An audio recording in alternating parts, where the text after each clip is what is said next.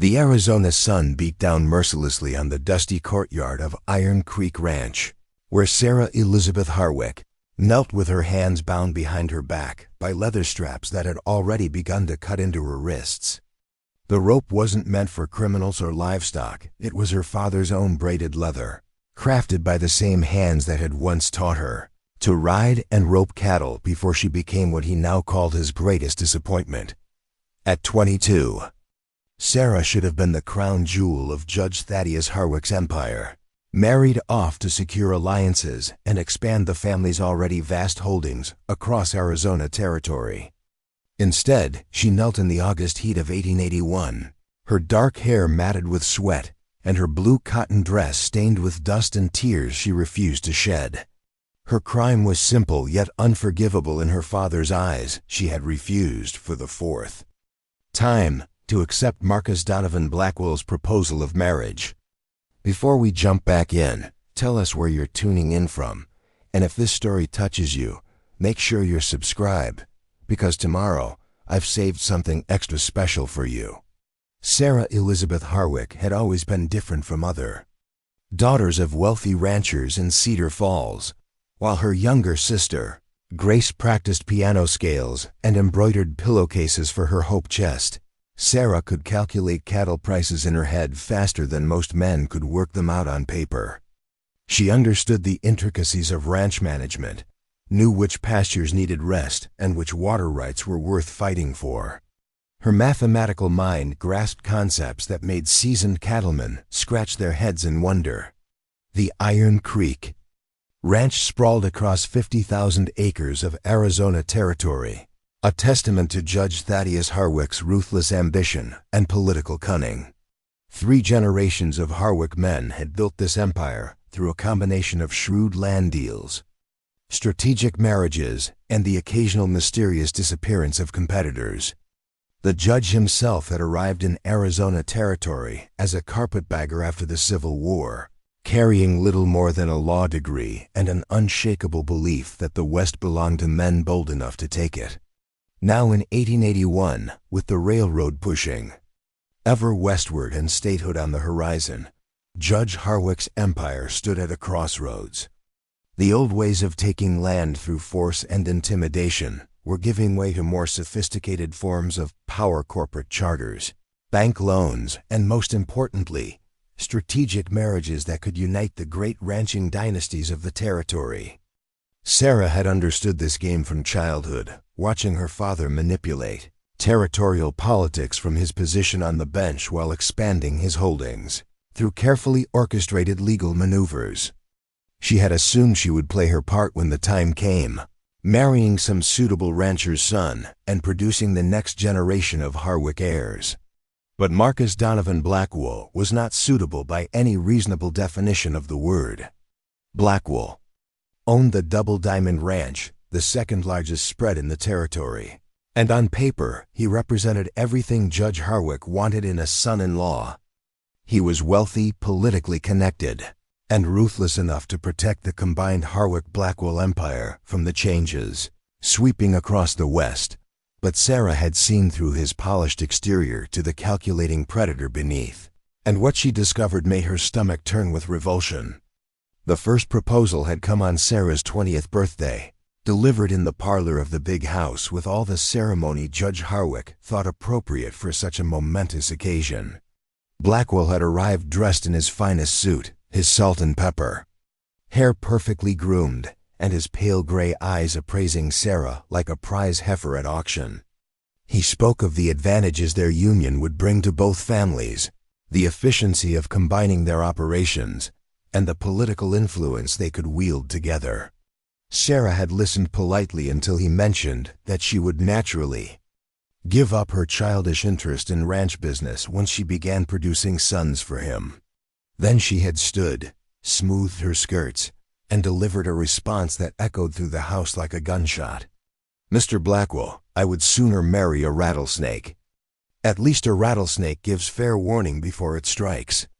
The second proposal came 6 months later, accompanied by veiled threats about Sarah's reputation and hints that unmarried women of a certain age often found themselves with limited options in frontier society. Sarah's refusal had been more direct.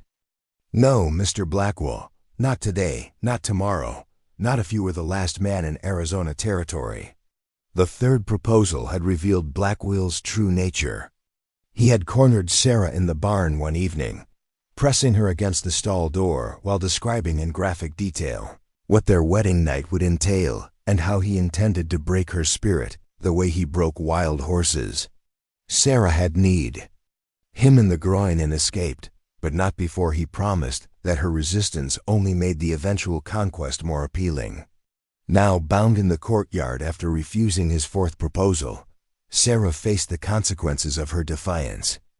Judge Harwick paced before her like a caged mountain lion, his black suit impeccable despite the rising heat, his silver hair gleaming in the harsh sunlight. At 55, he remained an imposing figure, tall, broad-shouldered, with the kind of presence that made lesser men step aside without thinking. But Sarah had long since stopped being intimidated by his theatrical displays of authority. "4 proposals," he was saying, his voice carrying the tone he used when pronouncing sentence. "From the bench. 4 opportunities to secure your future and honor your family's name, and 4 times you have chosen to embarrass me with your foolish pride." Sarah said nothing. She had learned years ago that silence was sometimes the most powerful form of rebellion, and today she had nothing left to lose by maintaining it. Her mother, Rebecca Harwick, stood on the covered porch of the big house, dabbing at her eyes with a lace handkerchief that had belonged to her own mother back in Virginia. Rebecca had been 16 when she married Judge Harwick, a belle from a ruined plantation family who had traded her youth and beauty for security in an uncertain world. 26 years of marriage had worn her down to a shadow of her former self, but she still retained enough spirit to feel anguish at her daughter's fate. "Thaddeus, please," Rebecca called out, her voice thin with desperation. "Surely there's another way. Sarah is young. She'll come to see reason given time." "Time?" Judge Harwick's laugh was harsh as a crow's caw. "Time for what?" "For every rancher and businessman in the territory to see that Thaddeus Harwick cannot control his own daughter. For word to spread that the Harwick name carries no weight because we cannot honor our agreements." Sarah's younger brother Timothy stood beside their mother, his weak chin trembling with the effort of remaining silent. At 19, Timothy possessed all the spine of an overcooked noodle, content to let his father make every decision while he pursued his interests in poetry and watercolor painting. He would inherit the ranch someday, Sarah knew, and run it into the ground within a decade. Grace, 18 and everything, a frontier daughter was supposed to be, watched from an upstairs window with wide, frightened eyes. Grace had already accepted a proposal from the banker's son in town, a safe marriage that would position her well in Cedar Falls society while requiring nothing more challenging than managing a household and producing children on schedule. 3 days, Judge Harwick announced, his voice carrying across the courtyard to where the ranch hands pretended to work while stealing glances at the unfolding drama. 3 days to kneel here and consider the consequences of defying your father and your God-given duty to this family. The punishment was designed to break Sarah's will through public humiliation and physical discomfort. Everyone in Cedar Falls would know that Judge Harwick's eldest daughter had been reduced to kneeling in the dirt like a common criminal, a spectacle designed to demonstrate what happened to women who forgot their place in the natural order. But as the hours passed and the sun climbed toward its merciless peak, Sarah felt something unexpected stirring within her chest. Not submission or despair, but a crystalline clarity that seemed to burn away everything she had been taught about duty and obedience. She would not break. She would not beg. And she would not marry Marcus Blackwell, no matter what the cost. The ranch hands went about their business with studied indifference, but Sarah caught sympathetic glances from some of the older hands who had watched her grow up. Miguel Santos, the Mexican foreman who had taught her to ride, looked sick with distress but dared not interfere. Preparing and narrating this story took us a lot of time, so if you are enjoying it, subscribe to our channel. It means a lot to us. Now back to the story. Tom Bradley, who had shown her how to read cattle brands and assess water rights, kept finding excuses to work within sight of the courtyard, as if his presence might somehow shield her from the worst of her father's wrath. As the afternoon wore on, Sarah began to understand the true scope of her father's plan. This was not simply punishment for refusing a marriage proposal. It was a calculated demonstration, designed to break her spirit so completely that she would never again challenge his authority. Judge Harwick had built his empire through intimidation and control, and he could not allow his own daughter to set an example of successful defiance. But Sarah had inherited more than her father's strong will. From her mother's side came a streak of Virginia aristocracy that had once produced senators and generals, men and women who had faced down adversity with dignity intact. From the judge himself came a mathematical mind that could calculate odds and see patterns others missed. And from her years of observing ranch politics and territorial law, she had developed an understanding of power that went beyond simple domination. The sun was beginning its descent toward the western horizon when Sheriff Coleman Wade arrived at Iron Creek Ranch, his badge glinting in the golden light as he dismounted from his bay gelding. Wade was Judge Harwick's creature, a former Confederate officer who had found new purpose in forcing the will of Arizona's emerging aristocracy. His presence meant that Sarah's punishment was about to take a new and ominous turn. "Judge," Wade said, touching the brim of his hat in greeting, "I've spoken with Mr. Blackwell. He's willing to withdraw his complaints and forgive the incident if Miss Sarah reconsiders his generous offer."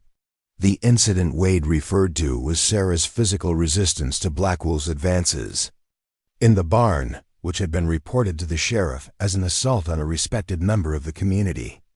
In the frontier justice system that Judge Harwick had helped create, a woman's word carried little weight against that of a wealthy man, especially when that man had the judge's favor. Sarah raised her head to meet Wade's gaze, her blue eyes blazing with defiance despite her position. "Sheriff Wade, you may tell Mr. Blackwell that I would rather face whatever trumped-up charges he cares to bring than spend one day as his wife." Wade's weathered face flushed with anger at her tone.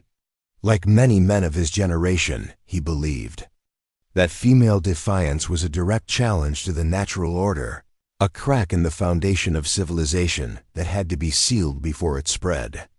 "Miss Sarah, I don't think you understand the seriousness of your situation. Mr. Blackwell is prepared to be generous, but his patience has limits."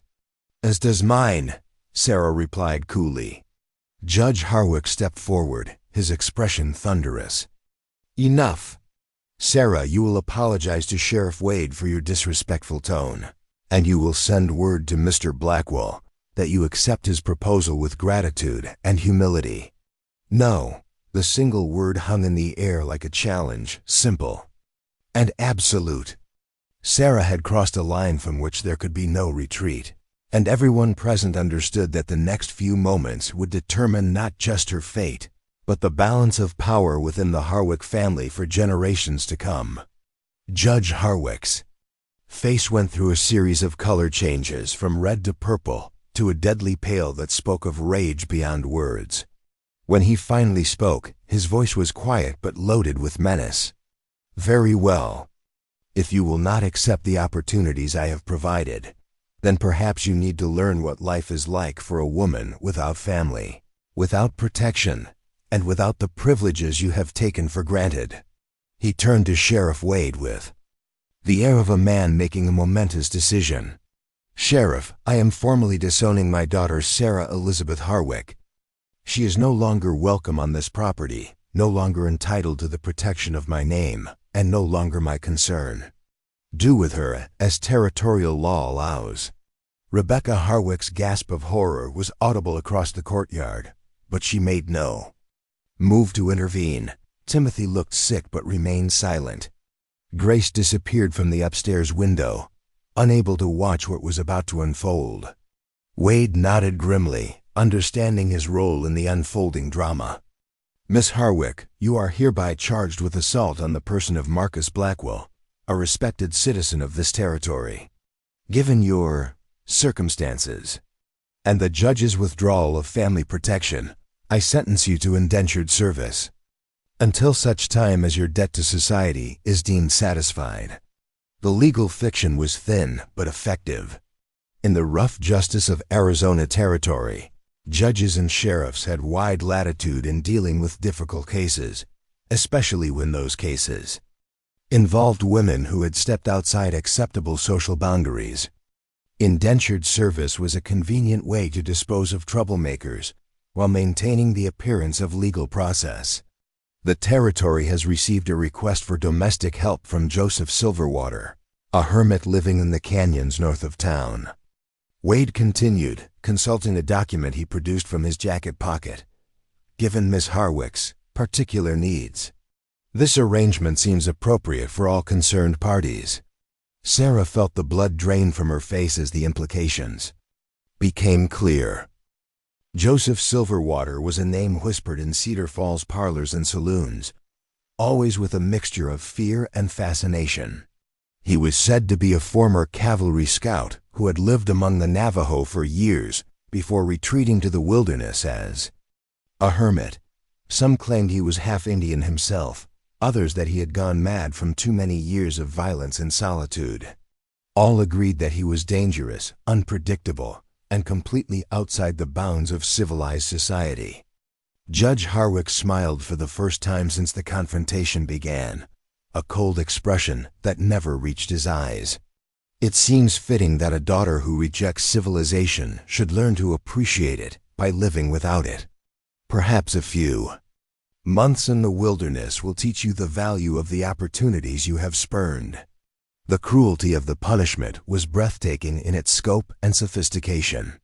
By sending Sarah to live with the hermit, Judge Harwick accomplished several goals simultaneously. He removed a source of embarrassment from his household, demonstrated the consequences of defying his will, and ensured that Sarah would be so thoroughly compromised by her association with Silverwater that no respectable man would ever consider marrying her. It was a masterpiece of patriarchal control disguised as frontier justice. But as Sarah knelt in the dust of her father's courtyard, feeling the weight of his condemnation and the community's judgment, she felt something unexpected stirring within her heart. Not fear or despair, but a strange sense of anticipation. The cage door was opening, even if she couldn't yet see what lay beyond the bars. The hermit Joseph Silverwater was coming to collect his new servant at dawn, Wade informed them, and Sarah would leave Iron Creek Ranch with nothing but the clothes on her back and whatever lessons she could carry in her head. Judge Harwick had made his choice, and now Sarah would have to live with the consequences. As the sun set over the Arizona desert, painting the sky in shades of gold and crimson that seemed to promise transformation, Sarah Elizabeth Harwick prepared to discover what lay beyond the boundaries of the only world she had ever known. She had refused to surrender her freedom to Marcus Blackwell, and now she would learn whether the price of that refusal was worth paying. The last thing she saw before being taken inside for the night was a lone figure on horseback silhouetted against the dying light on a distant ridge.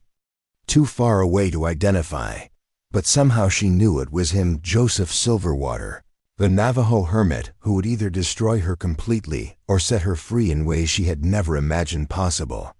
The dawn air carried the scent of sage and distant rain as Joseph Silverwater rode into the courtyard of Iron Creek Ranch, his arrival marked by no fanfare save the nervous shifting of the ranch hands who had gathered to witness Sarah's departure.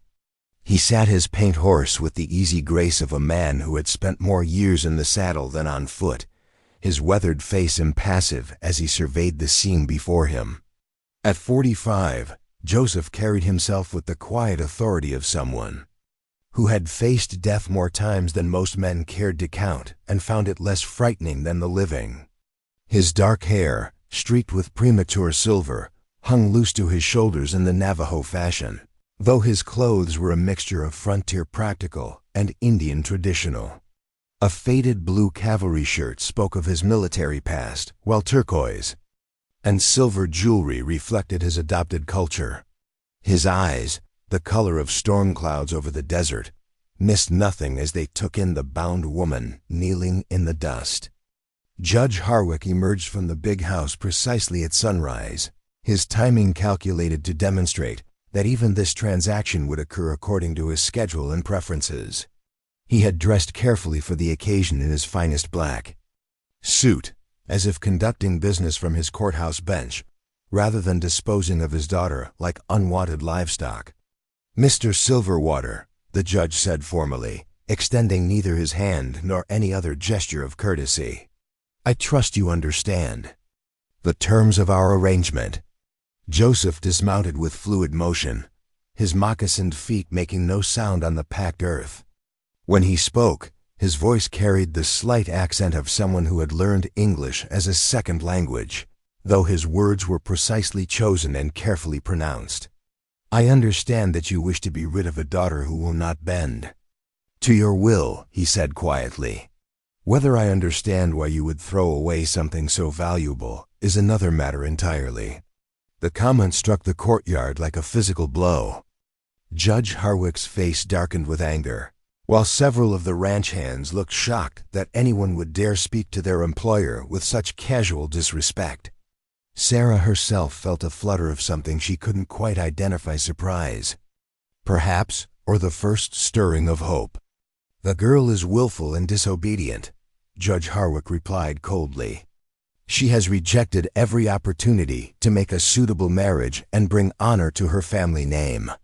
Perhaps life in the wilderness will teach her to appreciate civilization." Joseph studied Sarah with the same careful attention he might give to evaluating a horse or reading weather signs. She felt exposed under his gaze, conscious of her disheveled appearance and compromised position, but also aware that he was seeing something beyond her surface circumstances. "What is your name?" he asked her directly, ignoring the judge's presence as if the older man had ceased to exist. "Sarah Elizabeth Harwick," she replied, lifting her chin despite her bound hands. "And what do you wish to be called?" The question was unexpected, carrying implications that Sarah wasn't sure she understood. In her world, names were given at birth and remained fixed throughout life, markers of family and social position rather than personal choice. "Sarah," she said uncertainly. Joseph nodded as if this answer satisfied him. Then he knelt beside her and produced a knife from his belt, its blade reflecting the morning sun as he cut through the leather straps that bound her wrists.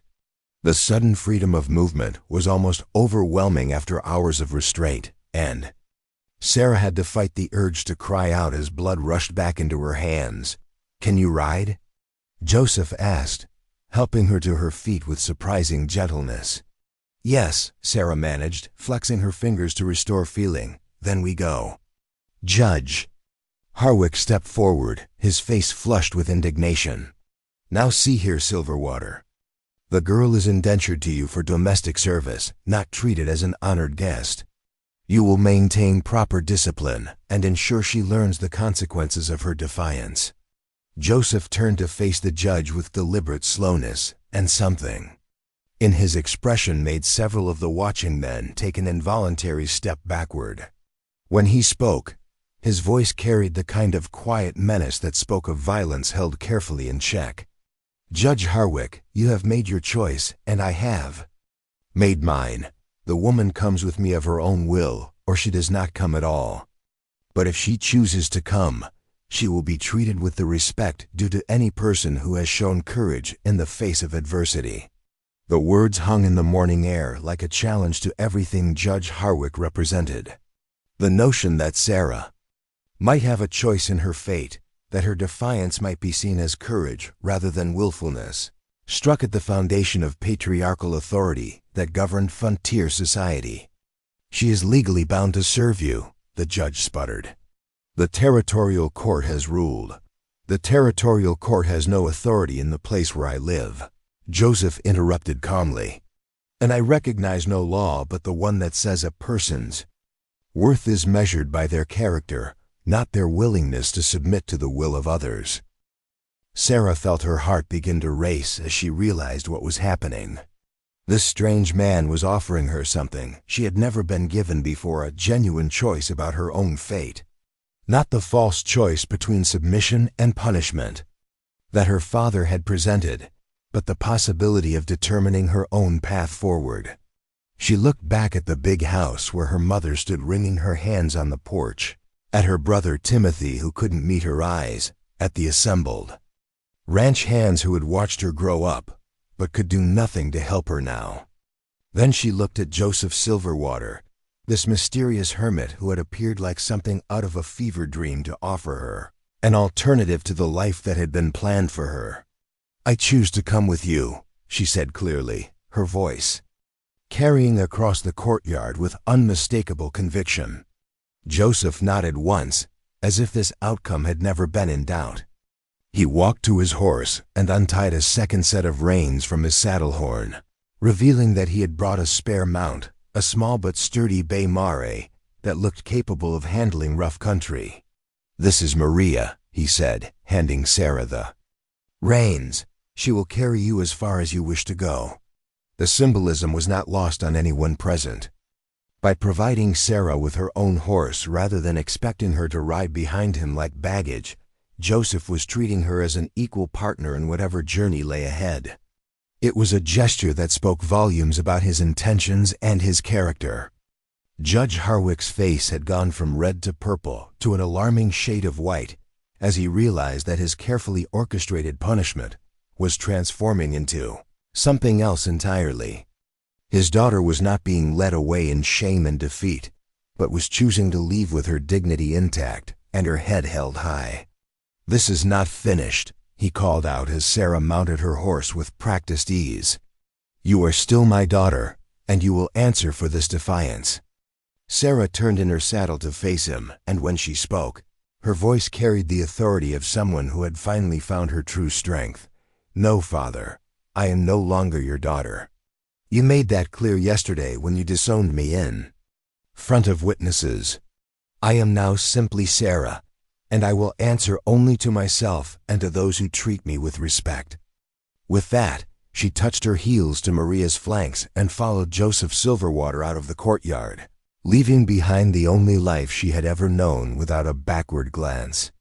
They rode north from Iron Creek Ranch through country that grew progressively wilder as they left the settled areas behind. The established roads gave way to cattle trails, which in turn gave way to game paths that wound through increasingly rugged terrain. Sarah had ridden these lands many times during her youth, but always with the security of knowing that she could return to the ranch before nightfall. Now she was venturing into territory that existed beyond the boundaries of her familiar world.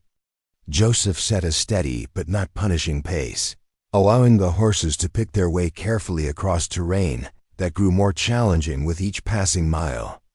He rode with the quiet confidence of someone who knew this country intimately, reading signs in the landscape that were invisible to Sarah's untrained eye.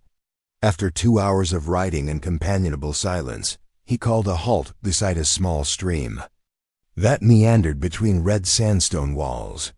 The water was crystal clear and surprisingly cold, fed by underground springs that had sustained travelers in this harsh land for countless generations. "The horses need rest," Joseph said, dismounting and leading his paint to drink. "And we should talk before we go further." Sarah slid down from Maria's back, grateful for the opportunity to stretch her legs and ease the stiffness that had begun to settle into her back and shoulders. She had always considered herself a competent rider, but the prolonged stress of the previous day combined with the unfamiliar saddle had left her more uncomfortable than she cared to admit. Joseph unsaddled both horses with efficient movements, hobbling them where they could graze on the sweet grass that grew along the stream bank. Then he settled himself on a flat boulder and gestured for Sarah to join him. "Tell me about your father," he said without preamble. The request caught Sarah off guard. She had expected questions about her skills, her willingness to work, perhaps her ability to adapt to wilderness living. Instead, this enigmatic man wanted to understand the forces that had shaped her rebellion. "What do you want to know?" she asked cautiously. "Everything that brought you to yesterday morning," so Sarah told him. She spoke of growing up as the favored child who was expected to be both intelligent enough to appreciate her father's achievements and obedient enough never to challenge them. She described the gradual realization that her mathematical abilities and understanding of ranch operations were seen as amusing novelties rather than genuine contributions. She explained how Marcus Blackwell's proposals had revealed the true nature of her position in frontier society, valuable only as a means of consolidating male power and wealth. Joseph listened without interruption, his storm-gray eyes fixed on her face as she spoke. Occasionally, he would nod or make a small sound of understanding, but mostly he simply absorbed her words with the patient attention of someone accustomed to listening more than speaking.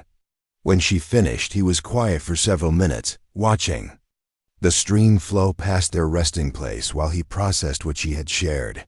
"Your father is afraid," he said finally. "Afraid?" Sarah couldn't hide her surprise. "Judge Harwick isn't afraid of anything. He's the most powerful man in the territory." "Powerful men are often the most frightened," Joseph replied calmly. "They have built their lives on the belief that control equals security, and anything they cannot control becomes a threat to everything they are." The observation struck Sarah as both profound and unsettling. She had never considered that her father's tyrannical behavior might stem from fear rather than simple arrogance or cruelty. "What is he afraid of?" she asked. "Change. The world he understands is disappearing, and your refusal to play your assigned role is evidence that his way of managing that world may not be sufficient. You represent possibilities he cannot calculate or control, and that makes you dangerous to everything he has built." Joseph stood and walked to the stream's edge, kneeling to splash water on his face and drink from his cupped hands. When he returned, his expression had grown more serious. "I should tell you about myself," he said. "About why I live as I do, and what you can expect if you continue this journey with me." Sarah nodded, recognizing that they had reached a crucial moment in their developing relationship. Whatever happened next would depend on her ability to understand and accept the man who had offered her this unexpected refuge. "I was born in Pennsylvania," Joseph began, "to a family that expected me to follow my father into the banking business. Instead, I chose the Army and came west as a cavalry officer during the Apache campaigns. I was young and full of certainty about civilization and savagery, convinced that my duty was to help bring order to what I saw as a lawless wilderness." His voice carried the weight of old pain as he continued. "For 3 years, I pursued Apache bands across Arizona and New Mexico, believing that I was serving justice and protecting innocent settlers.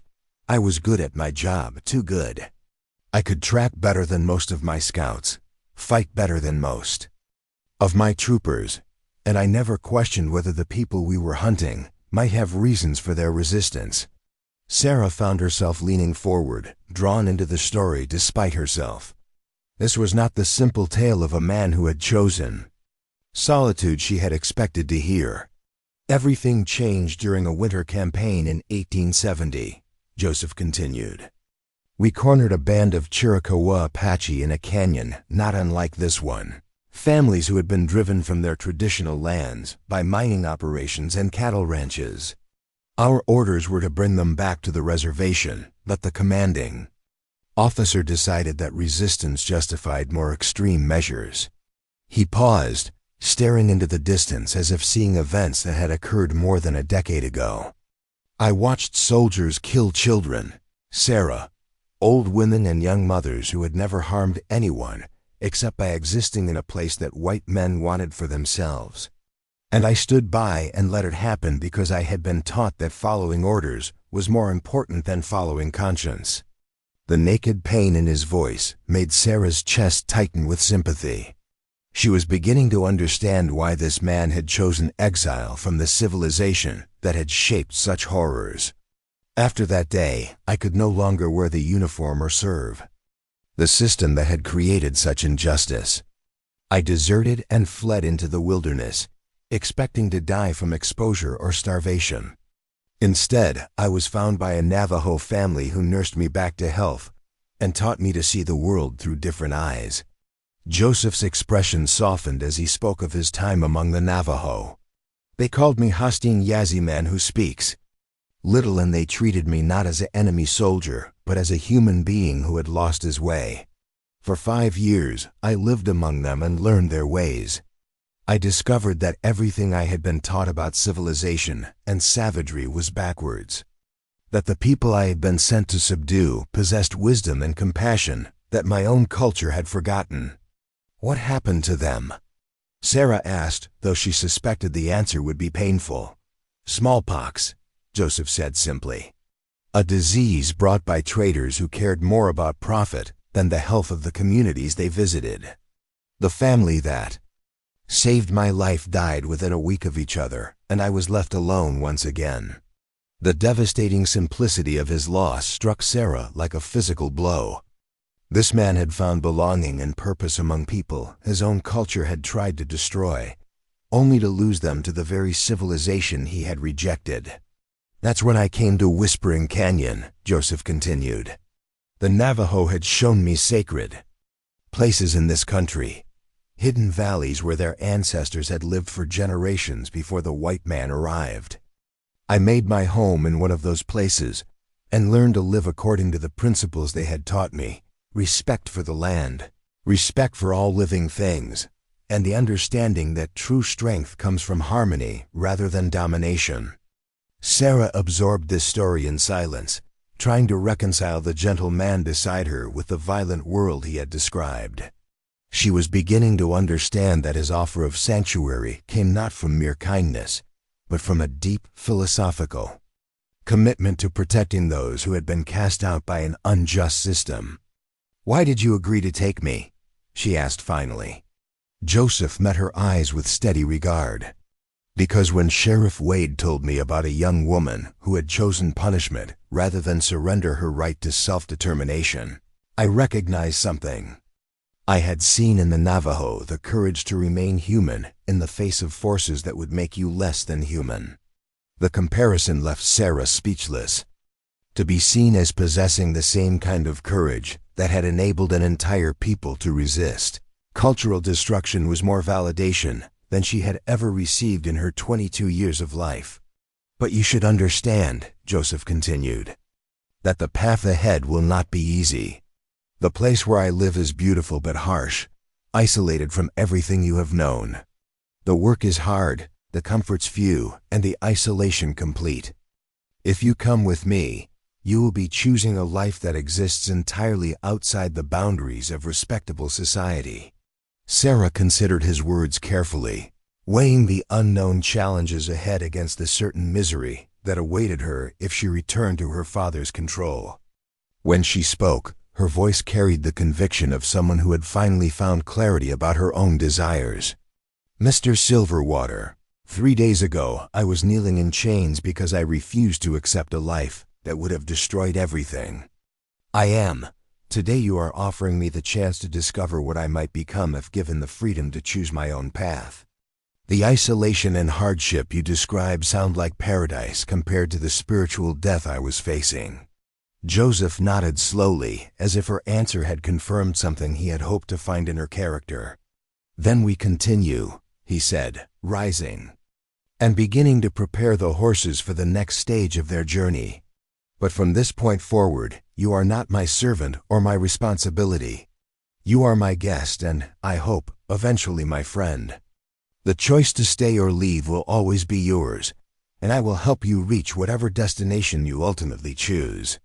As they rode deeper into the wilderness that would become Sarah's new world, she felt the last chains of her old life falling away behind her.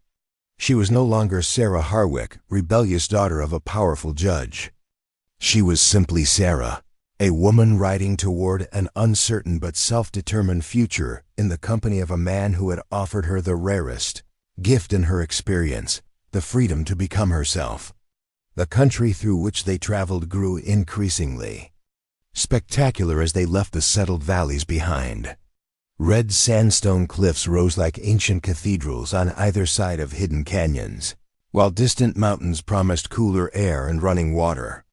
This was a landscape that demanded respect and offered beauty in return, so different from the conquered and fenced rangelands where Sarah had spent her youth.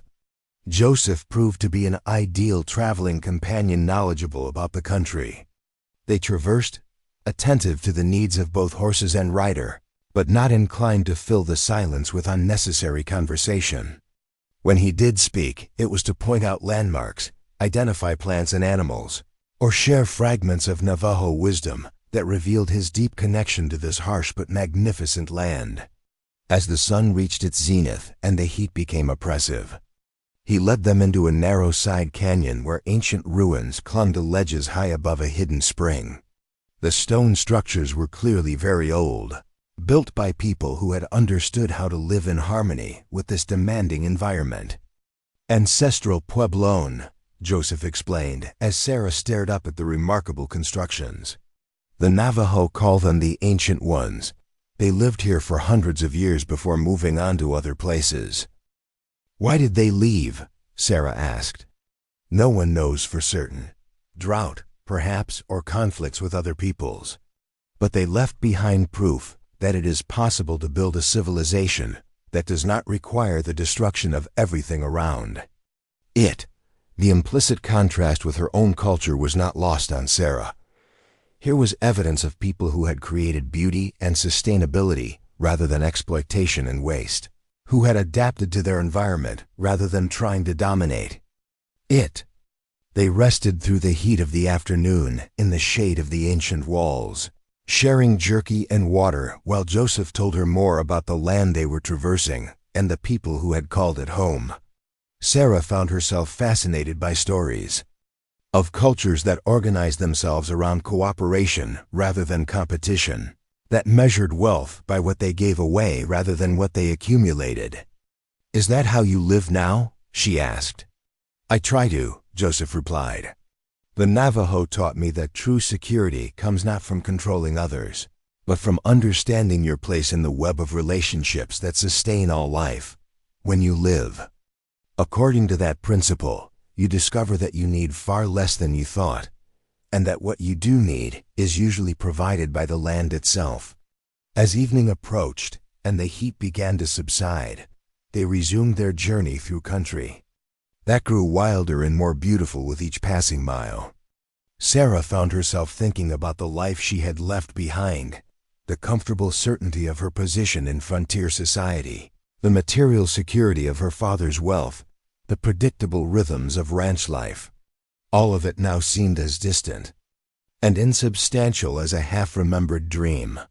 When the sun finally touched the western rim of the canyon walls, painting the sky in shades of gold and crimson that seemed to promise transformation, Joseph called a halt beside a sheltered alcove, where previous travelers had left the remains of old campfires.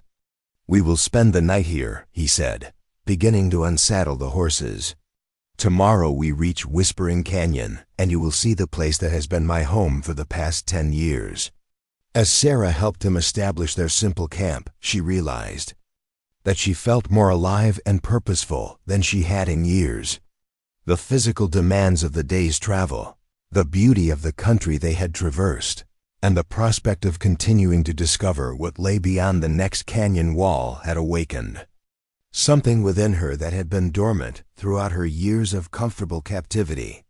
That night, as she lay wrapped in blankets beneath a canopy of stars more brilliant than any she had ever seen from the ranch, Sarah Elizabeth Harwick finally understood what freedom felt like. Not the absence of constraints, but the presence of choices. Not the illusion of security, but the reality of possibility. Tomorrow would bring new challenges and new discoveries, but for the first time in her life, she was eager to face whatever came next. The cage door had not just opened, it had disappeared entirely, revealing a world vast enough to contain whatever she might choose to become. Whispering Canyon revealed itself gradually, like a secret the desert had kept hidden for countless centuries. Sarah first heard it before she saw it, the sound of water moving over stone, a musical murmur that seemed to emerge from the earth itself. Then the narrow trail they had been following opened onto a vista that took her breath away completely. The canyon stretched before them like a natural cathedral, its red and gold walls rising 300 feet on either side, to frame a ribbon of sky so blue it seemed artificial. A crystal-clear stream meandered down the canyon floor, fed by springs that emerged from cracks in the ancient rock. Cottonwoods and willows created islands of green shade, while wildflowers added splashes of purple and yellow to the desert palette. But it was the evidence of human habitation that truly amazed Sarah. Carved into the canyon walls at various levels were dozens of rooms and chambers, some clearly ancient and others obviously more recent. Wooden ladders connected different levels, while narrow paths had been carved into the rock face to provide access to the higher dwellings. It was like discovering a lost civilization that had found the perfect balance between human need and natural beauty. "Welcome to my home, Joseph," said quietly, dismounting from his paint horse and gesturing toward the remarkable sight before them. Sarah slid down from Maria's back, her legs unsteady from hours in the saddle and her mind reeling from the beauty of what she was seeing. This was not the crude hermit's cave she had expected, but rather a complex living space that had been developed over years of careful work and planning. "You built all of this?" she asked, her voice filled with wonder. "Some of it," Joseph replied, leading both horses toward a natural corral that had been created by stringing rope between existing rock formations. The ancient chambers were already here when I arrived, created by the ancestral Puebloans centuries ago. I have simply restored them and added what was needed for modern living. As they walked deeper into the canyon, Sarah began to appreciate the ingenious way Joseph had adapted the existing structures to his needs. The lower chambers served as storage areas and workshops, protected from weather but easily accessible. Higher up the canyon walls, living spaces had been carved and modified to take advantage of natural ventilation and spectacular views.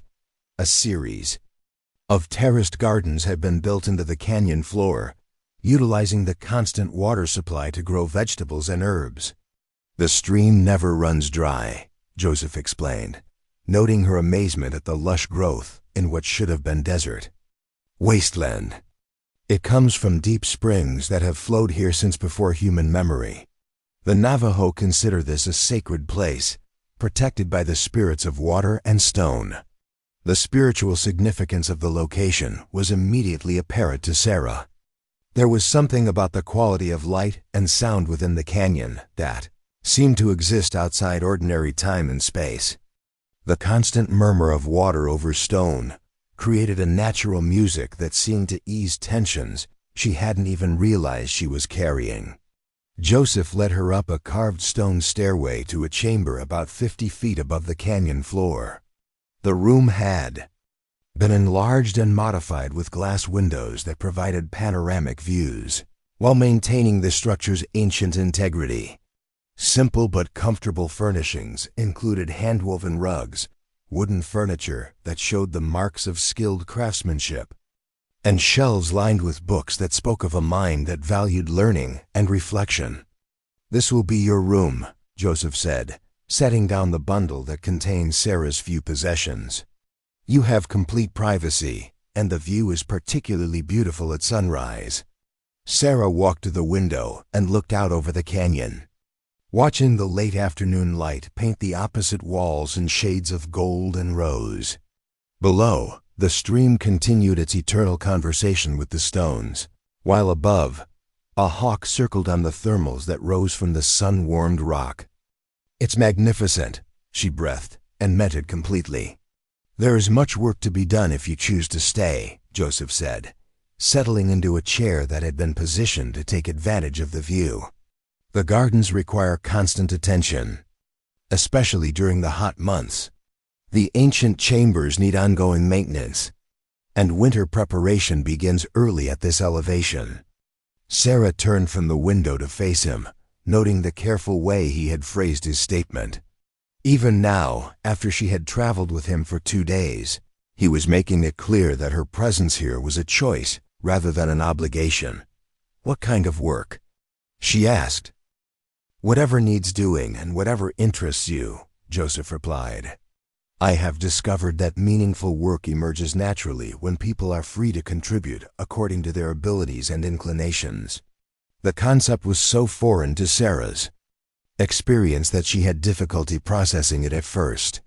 In her father's world, work was assigned according to social position and gender expectations, with little regard for personal preference or natural aptitude. The idea that she might choose her own tasks based on interest and ability seemed almost revolutionary.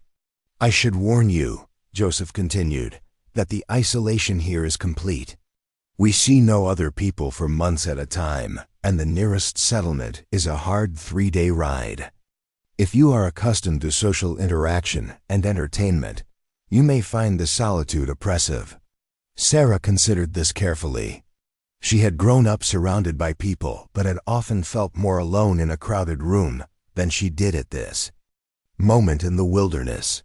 The constant performance required by frontier society, the need to smile and defer and pretend, enthusiasm for things that bored her, had been exhausting in ways she was only beginning to understand. "What do you do for companionship?" she asked. Joseph's expression grew thoughtful. "I read, I think. I work with my hands.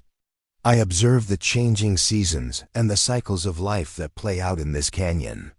I have conversations with the plants and animals that share this space. And occasionally, I remember how to have conversations with other human beings." The gentle humor in his last comment made Sarah smile for the first time since leaving the ranch. This man's solitude was not the desperate isolation of someone fleeing from the world, but the deliberate choice of someone who had found peace in simplicity. "I would like to try," she said. "If you're willing to have me, I would like to see what it feels like to live without constantly having to justify my existence to others." Joseph nodded as if her answer had been exactly what he hoped to hear.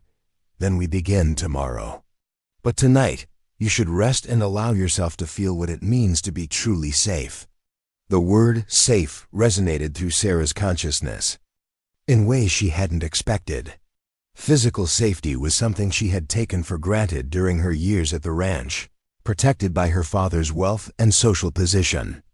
But emotional and spiritual safety, the freedom to be herself without fear of judgment or punishment, was something she was experiencing for the first time. That evening, Joseph prepared a simple meal of vegetables from his garden, fresh trout from the stream, and bread baked in a stone oven he had built into one of the ancient chambers. They ate in comfortable silence as the canyon walls glowed with the reflected light of sunset, and Sarah found herself marveling at how different this quiet companionship felt from the forced social interactions that had dominated her previous life. After dinner, Joseph showed her the rest of his remarkable home. The workshop where he crafted furniture and tools from driftwood and native materials. The library where books on subjects ranging from philosophy to practical skills shared shelf space with hand-copied Navajo stories and traditional songs. The observatory platform he had built on the canyon rim for studying the stars and weather patterns. Most impressive of all was the root cellar and food storage system he had developed, taking advantage of natural temperature regulation to preserve supplies through the harsh Arizona winters. Everything spoke of long-term planning and deep understanding of how to live sustainably in this demanding environment. "How long did it take you to create all this?" Sarah asked as they climbed back down to the main living level. 10 years of steady work," Joseph replied. "But it never felt like work in the way I had understood the term before coming here. When you are building something that reflects your own vision and values, labor becomes a form of prayer." The philosophical depth of his simple statement struck Sarah with unexpected force. She had never thought of work as anything more than necessity or obligation, but Joseph spoke of it as a path to spiritual fulfillment. As they sat beside the stream in the gathering darkness, listening to the canyon's nighttime symphony of water and wind and nocturnal creatures beginning their activities, Sarah felt layers of tension and anxiety that she had carried for years, beginning to dissolve. "Tell me about your dreams," Joseph said suddenly. "My dreams? What you imagined doing with your life before other people's expectations took over. What you would choose if you were free to choose anything." Sarah found herself unprepared for the question. For so long, her energy had been focused on resisting the life that was being forced upon her that she had given little thought to what she might want instead. "I don't know," she admitted. "I know I enjoyed managing the ranch's finances and planning the seasonal operations. I liked solving problems that required both mathematical thinking and practical knowledge. But I never imagined those interests could become anything more than hobbies. Why not?" The simplicity of the question revealed how completely she had internalized the limitations placed on her by society. She had never questioned why her mathematical abilities should be considered less valuable than her appearance, or why her interest in ranch management should be seen as unwomanly rather than useful. "Because women don't run businesses," she said finally. "At least not respectable women." "According to whom?" Again, the directness of his challenge forced her to examine assumptions she had never questioned. Who had decided that mathematical ability was a masculine trait? Why should practical knowledge be considered inappropriate for women? Where were these rules written, and who had given them the force of natural law? "I suppose I don't actually know," Sarah said slowly. "I've always been told that's how things are, but I've never seen any evidence that women are inherently less capable of understanding business or mathematics. The Navajo women I lived with managed all the financial aspects of their families' lives," Joseph observed. "They negotiated trades, planned resource allocation, and made the economic decisions that determined their community's prosperity.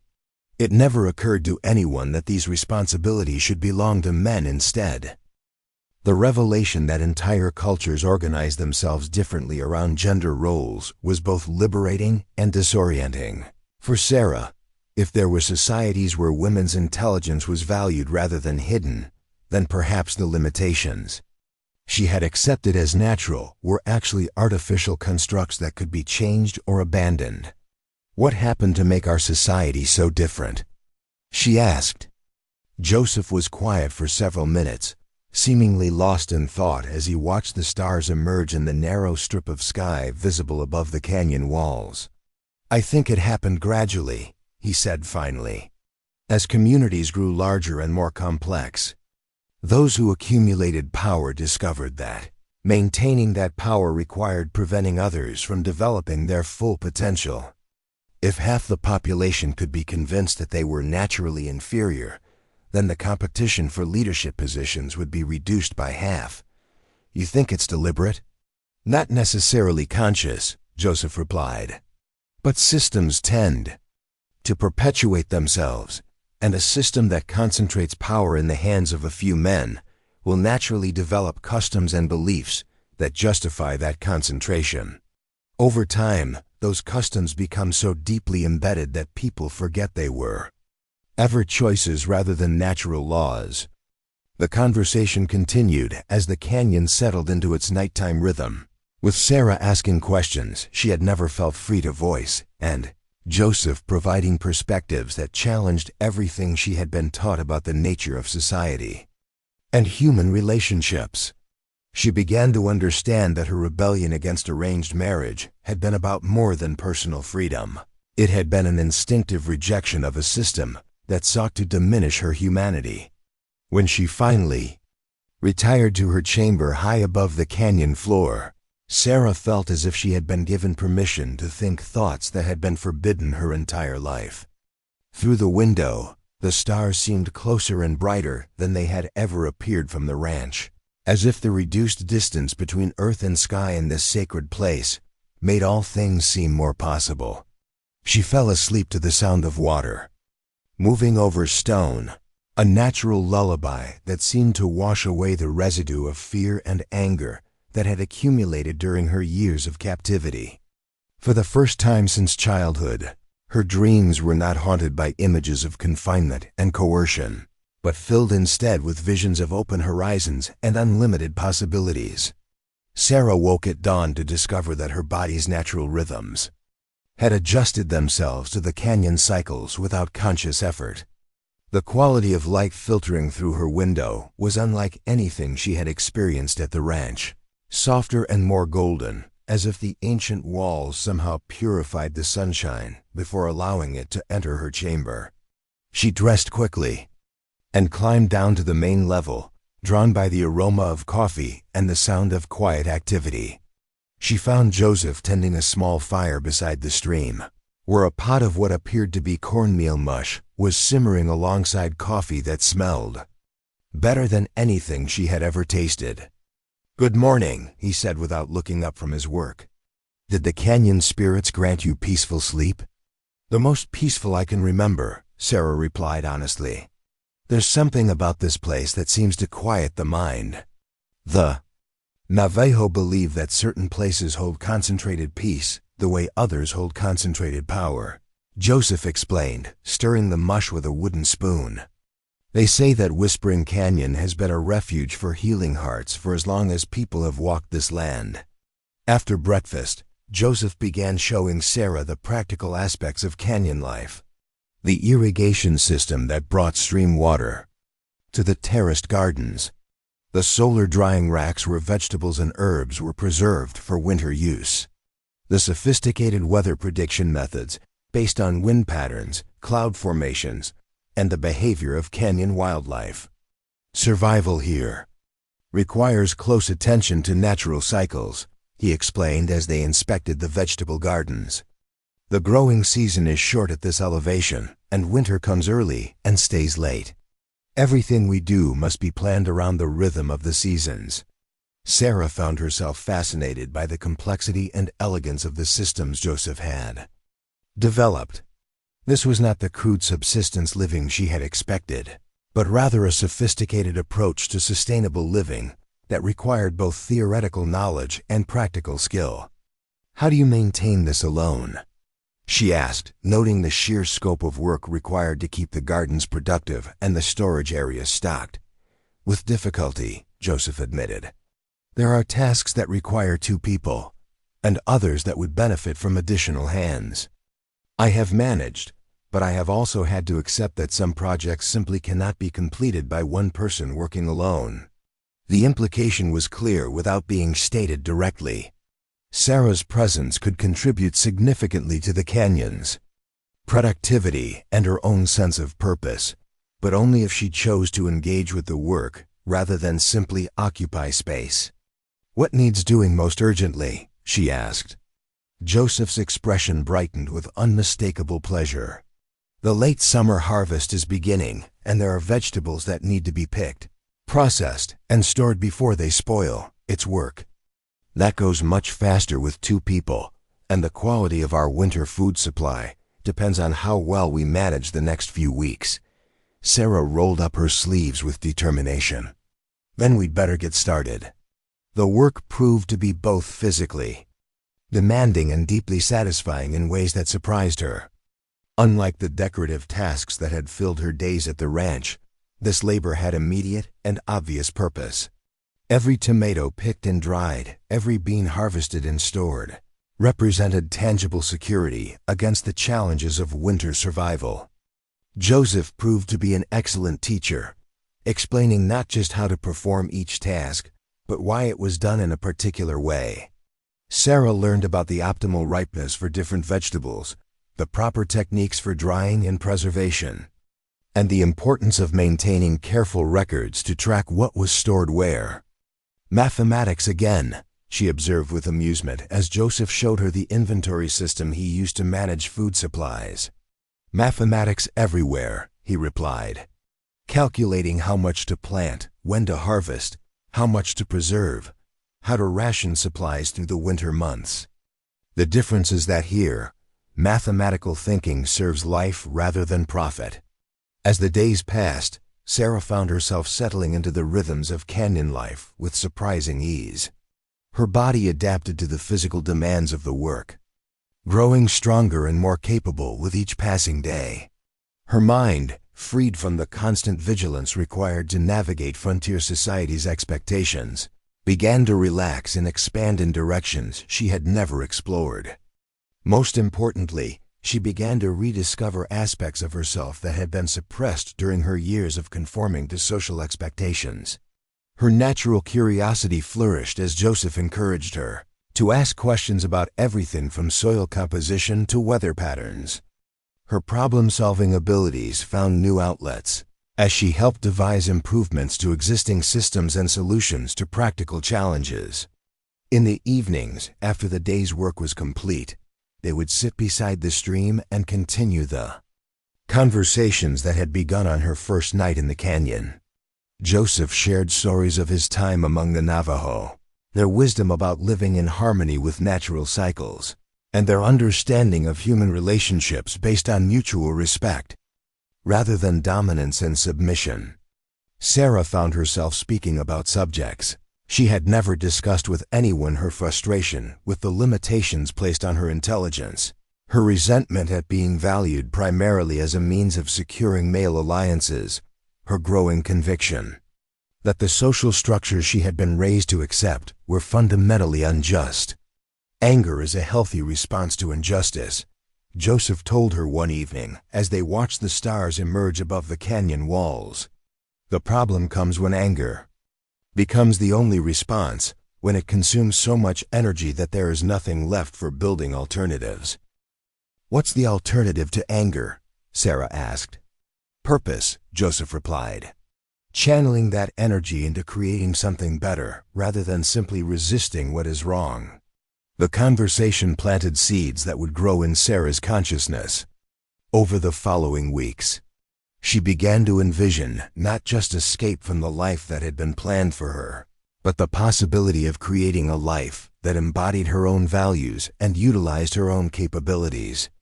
As summer gave way to early autumn and the canyon walls began to glow with the golden light that preceded the changing seasons, Sarah realized that she was no longer the frightened young woman who had ridden away from Iron Creek Ranch. The daily rhythm of meaningful work, the intellectual stimulation of constant learning, and the emotional safety of genuine acceptance had transformed her in ways she was only beginning to understand. She was becoming someone she had never imagined she could be: confident, capable, and completely free to define her own worth according to her own standards. The inheritance she had unknowingly carried within herself was finally beginning to reveal its true value, and she suspected that the greatest discoveries still lay ahead. The first snow of winter arrived early that year, dusting the canyon rim with white, while the protected depths of Whispering Canyon remained warm enough for the late vegetables to continue ripening. Sarah woke to find the world transformed. The red sandstone walls now crowned with pristine white that caught the morning light like scattered diamonds. She had been living in the canyon for 4 months, and the change in her was remarkable. Her hands, once soft from a life of leisure, now bore the calluses of meaningful work. Her body had grown strong from daily labor in the gardens and constant climbing up and down the canyon walls. Most importantly, her mind had expanded in ways she never could have imagined during her confined years at the ranch. Under Joseph's patient guidance, she had learned not just the practical skills of canyon living, but also the deeper wisdom that came from observing natural cycles and understanding her place within them. She could read weather patterns in the behavior of birds, predict seasonal changes from the angle of sunlight on the canyon walls, and calculate food storage requirements with mathematical precision that impressed even Joseph. But it was during the quiet evenings beside the stream that her most profound transformation had occurred. Through countless conversations about philosophy, human nature, and the possibilities for organizing society around cooperation rather than domination, Sarah had developed a worldview that would have been unrecognizable to her former self. She no longer saw herself as a rebellious daughter who had rejected her proper role, but rather as a human being who had refused to accept artificial limitations on her potential. The anger that had once consumed her energy had been transformed into a sense of purpose that grew stronger with each passing day. On this particular morning, as she prepared breakfast while Joseph tended to the horses, Sarah reflected on how completely her life had changed. She was no longer waiting for someone else to determine her fate or define her worth. Instead, she was actively creating a life that reflected her own values and utilized her own capabilities. The sound of hoofbeats, echoing off the canyon walls, interrupted her thoughts. Joseph appeared instantly at her side, his expression alert and wary. Visitors to Whispering Canyon were rare, and unannounced arrivals usually meant trouble. "Stay here," Joseph said quietly, checking that his rifle was within easy reach. "Let me see who has found us." But Sarah had already recognized the sound of the approaching horses. 3 riders, moving with the deliberate pace of men on official business rather than the urgency of those fleeing danger. Her heart began to race as she realized that her months of sanctuary were about to be challenged. The riders who emerged from the narrow canyon entrance were exactly what she had expected: Sheriff Coleman Wade, flanked by 2 deputies she didn't recognize. They rode with the swagger of men accustomed to having their authority respected without question, their badges gleaming in the morning sunlight. "Joseph Silverwater," Wade called out, his voice echoing off the canyon walls. "I have legal business to discuss with you." Joseph stepped forward with the calm dignity that characterized all his actions, showing no sign of the tension Sarah knew he must be feeling. "Sheriff Wade," he replied evenly, "you are welcome to speak, but I should remind you that this canyon lies beyond the boundaries of your jurisdiction." Wade's face flushed with anger at this challenge to his authority. "My jurisdiction extends wherever territorial law needs to be enforced. I'm here to collect Sarah Harwick, who was indentured to your service but has been reported as missing." "I am not missing," Sarah said, stepping into view before Joseph could stop her. "I am exactly where I choose to be." The sight of her seemed to surprise the sheriff. Gone was the refined young lady he had last seen kneeling in chains at Iron Creek Ranch. In her place stood a woman who radiated confidence and capability, her simple work clothes and sun-darkened skin speaking of a life lived on her own terms. "Miss Harwick," Wade said, recovering his composure, "your father has been concerned about your welfare. There have been reports that you are being held here against your will." Sarah's laugh was sharp with bitter amusement. "My father disowned me publicly and had me sentenced to indentured servitude. His sudden concern for my welfare is touching, but somewhat belated. Regardless of past difficulties," Wade continued, "Judge Harwick is your legal guardian and has the right to determine your living arrangements. You will return with us immediately." "I will not," Sarah replied with absolute certainty. "I am 22 years old, perfectly capable of making my own decisions, and I choose to remain here." Wade's expression grew ugly with frustrated authority. Like many men of his type, he could not tolerate having his commands questioned, especially by a woman who had forgotten her proper place in the social order. "You don't have a choice in the matter," he said, dismounting and gesturing to his deputies to do the same. "You are coming back to Cedar Falls whether you cooperate or not." That was when Joseph stepped forward, and something in his movement made all 3 lawmen pause. There was no obvious aggression in his posture, but there was an unmistakable quality of controlled power that suggested violence was a tool he knew how to use when necessary. "Sheriff Wade," Joseph said quietly, "the woman has stated her preference clearly. If you attempt to remove her from this place against her will, you will discover that some laws are more fundamental than the ones written in your statute books." The threat was subtle but unmistakable. Wade's hand moved instinctively toward his sidearm, but stopped when he realized that Joseph had positioned himself in a way that would make drawing a weapon both difficult and dangerous. "Are you threatening an officer of the law?" Wade demanded. "I am protecting a person who has sought sanctuary," Joseph replied. "Just as the Navajo protected me when I needed refuge from an unjust system." The standoff might have continued indefinitely, but it was interrupted by the arrival of additional horses. Sarah's heart sank as she recognized the riders approaching. From the canyon entrance, Judge Thaddeus Harwick himself, accompanied by Marcus Blackwell and 2 more armed men.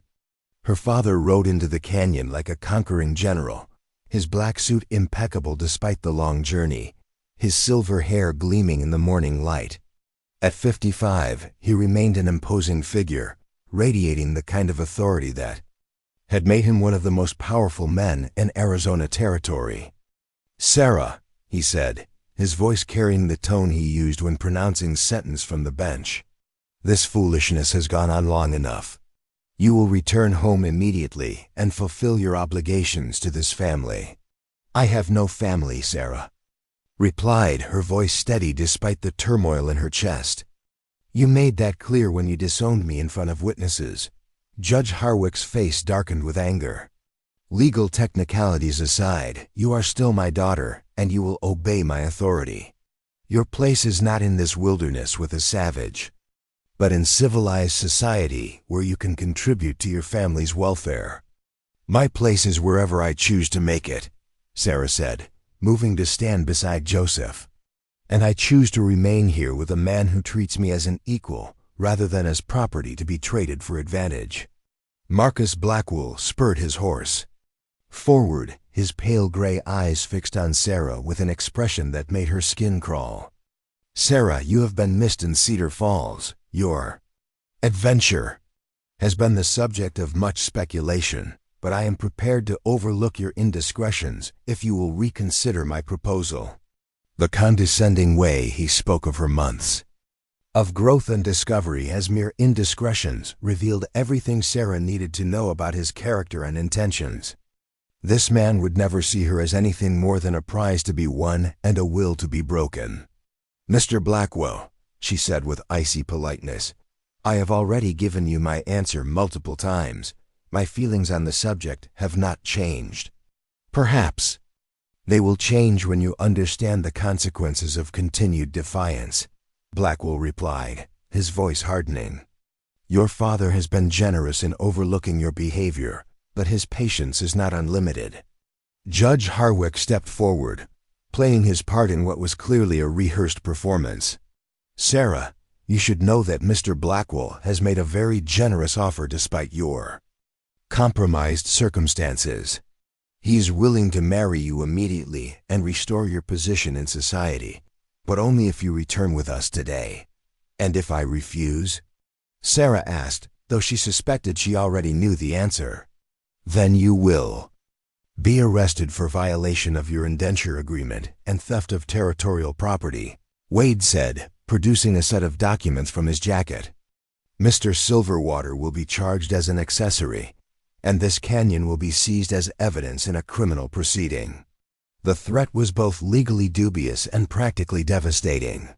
Even if the charges were eventually dismissed, the legal process would destroy everything Joseph had built in Whispering Canyon and leave them both imprisoned for months or years while the case wound through territorial courts.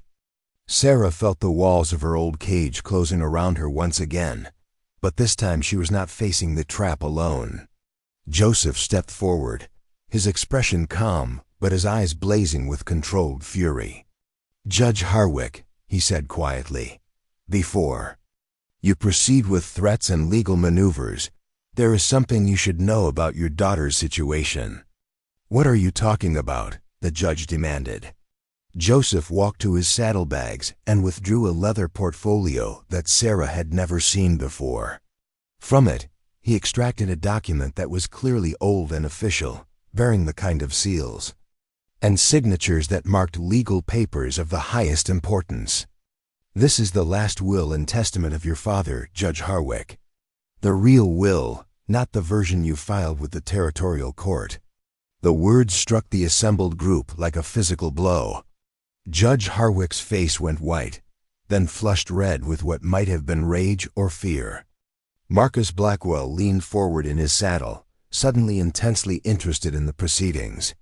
"That's impossible," Judge Harwick said, but his voice lacked conviction. "My father's will was probated 20 years ago." "The will you probated was a forgery," Joseph said calmly.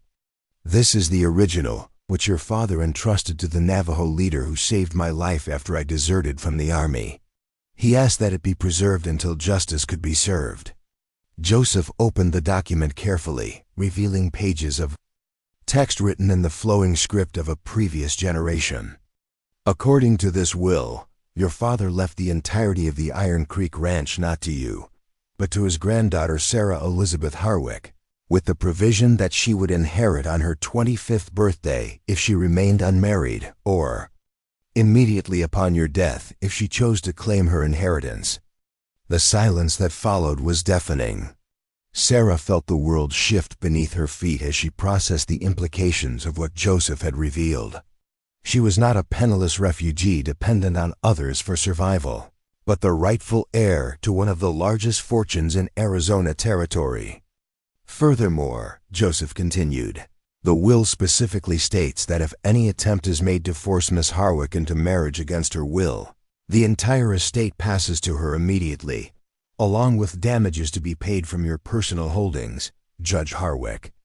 Judge Harwick's carefully constructed world was crumbling before his eyes. For 20 years, he had built his empire on stolen wealth, using his daughter's inheritance to establish his political power and social position. Now in one devastating moment, the foundation of everything he had accomplished was revealed to be built on fraud. "You're lying," he said desperately. "That document is a fake, another forgery designed to support your criminal conspiracy." Joseph smiled with grim satisfaction. The will was witnessed by 3 territorial officials who are still alive and can verify their signatures. More importantly, it was registered with the Federal Land Office in Washington, D.C., as required by law for estates of this size. The records are public and easily verified. Marcus Blackwell's face had gone ashen as he realized that his carefully planned marriage to secure the Harwick fortune was based on a complete misunderstanding of who actually owned the wealth he coveted. Without the ranch and its resources, Sarah became a liability rather than an asset, a woman whose independence had been proven rather than a fortune to be controlled. "This changes nothing," Judge Harwick said, though his voice lacked its previous authority. "Sarah is still my daughter, still subject to my guidance until she reaches her majority." "Actually," Joseph said, consulting the document again, "according to territorial law, Miss Harwick reached her legal majority when she was subjected to judicial punishment for refusing marriage. The indenture proceeding you initiated has the legal effect of emancipating her from parental authority." Sarah felt a laugh bubbling up from somewhere deep in her chest, growing stronger until it rang off the canyon walls with pure joy. Not only was she free from her father's control, but she was also the rightful owner of the very empire he had used to oppress her. "So let me understand this correctly," she said, her voice carrying new authority born of legal and financial independence. "I own Iron Creek Ranch, the cattle, the mineral rights, and all the associated properties. I am legally emancipated from parental control, and any attempt to force me into marriage will result in immediate transfer of ownership, plus additional damages." "That appears to be correct," Joseph confirmed, though his expression suggested there was more to come. Sarah turned to face her father with eyes that blazed with righteous fury. "Then I hereby claim my inheritance, effective immediately. You, Judge Thaddeus Harwick, are no longer welcome on my property. You have 1 week to remove your personal possessions and find alternative housing." "You cannot be serious," Judge Harwick sputtered. "I am your father. I built that ranch into what it is today. You built it with money that was never yours." Sarah replied coldly, "Money that belonged to me from the moment your father died. Every decision you made, every expansion you financed, every political alliance you purchased was accomplished with my inheritance." She turned to Marcus Blackwell, who was looking increasingly desperate as his dreams of wealth and power evaporated before his eyes. "As for you, Mr. Blackwell, your marriage proposal is declined for the final time. Any further harassment will result in legal action for stalking and intimidation." Blackwell's composure finally cracked completely. "You think you can reject me and face no consequences? You think your grandfather's will can protect you from everything? There are other ways to claim what should be mine." The threat was explicit enough to make Joseph step protectively closer to Sarah, his hand moving toward the knife on his belt. But Sarah herself showed no fear, only the cold anger of someone who had finally gained the power to defend herself. "Mr. Blackwell," she said with deadly calm, "I am now one of the wealthiest women in Arizona Territory, with legal ownership of 50,000 acres and the political connections that come with that position. If anything happens to me, the resulting investigation will uncover not only your harassment, but also your various business dealings that skirt the edges of territorial law. I suggest you return to your own ranch and concern yourself with your own affairs." Sheriff Wade looked between the various parties, clearly uncertain about how to proceed now that the legal and financial landscape had shifted so dramatically. His authority derived from Judge Harwick's political power, but that power had just been revealed as fraudulent. "What about the indenture agreement?" he asked weakly. "Null and void," Joseph replied. "An agreement based on fraudulent premises has no legal standing. Miss Harwick was never legally indentured because the court lacked jurisdiction over someone who was already emancipated." The group of men who had arrived with such confidence began to look increasingly uncomfortable as they realized that their carefully planned intervention had backfired completely. Not only had they failed to reclaim Sarah, but they had also triggered the legal mechanism that gave her immediate control of the very wealth they had hoped to access through marriage. Judge Harwick made one final attempt to salvage something from the wreckage of his plans. "Sarah, you cannot possibly manage an enterprise like Iron Creek Ranch on your own. You need experienced guidance, male supervision to handle the complex business relationships involved." Sarah's smile was sharp as a blade. "Actually, Father, I have been managing the ranch's finances in my head for years, identifying inefficiencies and missed opportunities that you were too proud to see. I have also found an advisor whose judgment I trust completely and whose understanding of both law and business far exceeds your own." She moved to stand beside Joseph, taking his hand in a gesture that left no doubt about her intentions. "Joseph Silverwater and I will be married as soon as arrangements can be made. He will serve as my business partner and legal counsel, positions for which his education and experience have prepared him well." The announcement struck the assembled men like another thunderbolt. Joseph himself looked surprised but pleased, clearly understanding that Sarah's proposal was both a declaration of love and a shrewd political maneuver that would give her a male ally in the business world while preserving her independence. "You would marry a savage?" Judge Harwick asked, his voice thick with disgust. "I would marry a man who sees me as an equal partner rather than as property to be controlled," Sarah replied firmly. "A man who has shown me more respect and consideration in 4 months than you showed me in 22 years. Joseph squeezed her hand gently, a gesture of support and acceptance that told her everything she needed to know about his feelings on the matter.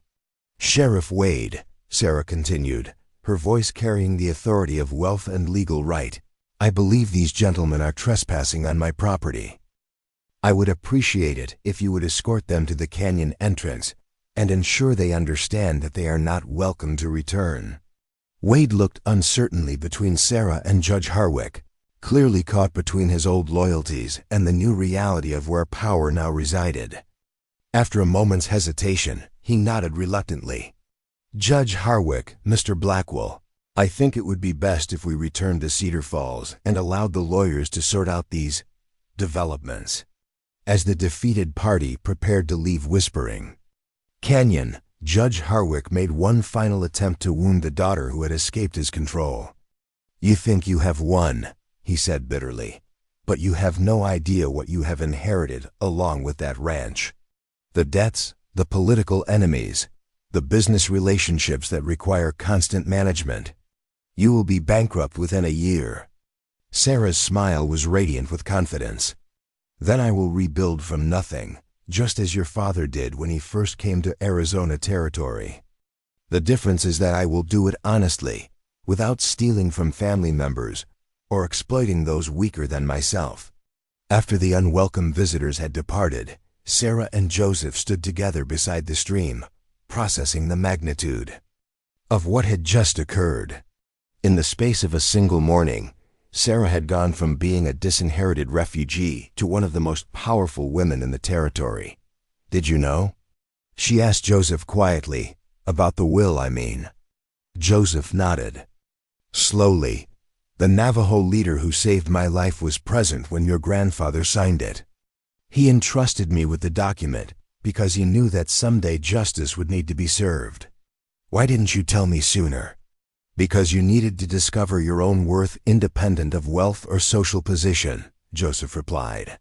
"The inheritance was always yours by right, but the strength to claim it and use it wisely had to come from within." Sarah considered this carefully, recognizing the wisdom in his approach. If she had known about her inheritance from the beginning, she might have seen it as a shortcut to independence, rather than developing the inner resources that would be necessary to manage such responsibility. "What happens now?" she asked. Joseph smiled, his expression warm with love and respect. "Now you decide what kind of life you want to build and what kind of legacy you want to leave. You have the resources to do whatever you choose: reform the ranch operations, establish schools, support other women who need refuge from unjust systems. The possibilities are as limitless as your imagination." Sarah looked around at the canyon.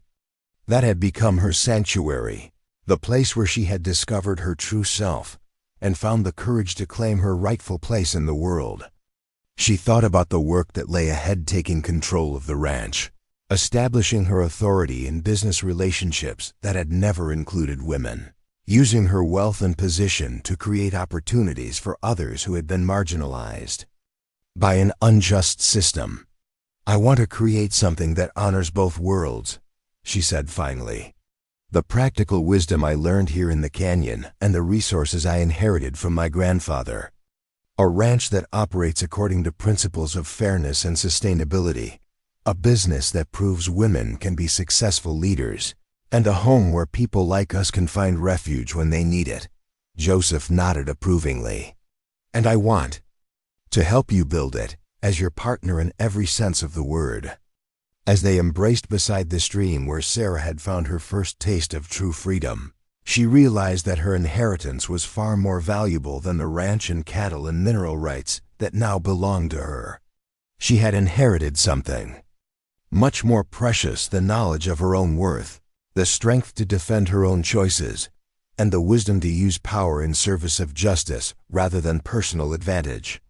The sun was setting behind the canyon walls, painting the sky in shades of gold and crimson that seemed to promise infinite possibilities.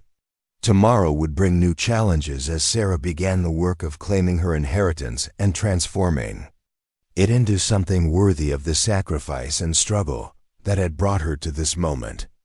But tonight, she was exactly where she belonged, in the arms of a man who saw her as an equal, in a place that had taught her the true meaning of freedom, ready to face whatever the future might hold with the confidence that comes from knowing your own worth. The girl who had been chained in her father's courtyard was gone forever, replaced by a woman who had inherited not just wealth and property, but the power to determine her own destiny and help others do the same. And that, Sarah realized, was the most valuable inheritance of all. The transformation of Iron Creek Ranch began on a crisp October morning when Sarah Elizabeth Harwick rode through the gates as its rightful owner for the first time.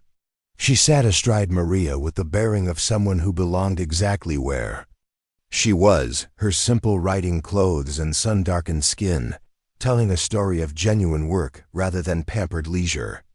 Beside her, Joseph Silverwater rode with quiet dignity, his presence serving notice that the new management would operate according to principles very different from those of the previous regime. The ranch hands who had gathered to witness her return stood in uncertain clusters throughout the courtyard, their faces reflecting a mixture of curiosity, apprehension, and cautious hope. These were men who had known Sarah since childhood, who had watched her grow up among them and develop skills that many of their own daughters would never be permitted to learn. They had witnessed her defiance and punishment, her dramatic departure with the mysterious Hermit, and now her equally dramatic return as their employer. Miguel Santos, the Mexican foreman who had taught Sarah to ride and rope, stepped forward with his hat in his hands and tears in his weathered eyes. At 62, he had worked for 3 generations of the family and understood better than anyone the magnitude of what was occurring. "Senorita Sarah," he said formally, though his voice carried warmth that spoke of genuine affection, "we are honored by your return. The ranch has not been the same without your presence." Sarah dismounted and embraced the old man without hesitation, a gesture that would have been scandalous under her father's management, but which felt perfectly natural given everything she had learned about the artificial nature of social barriers.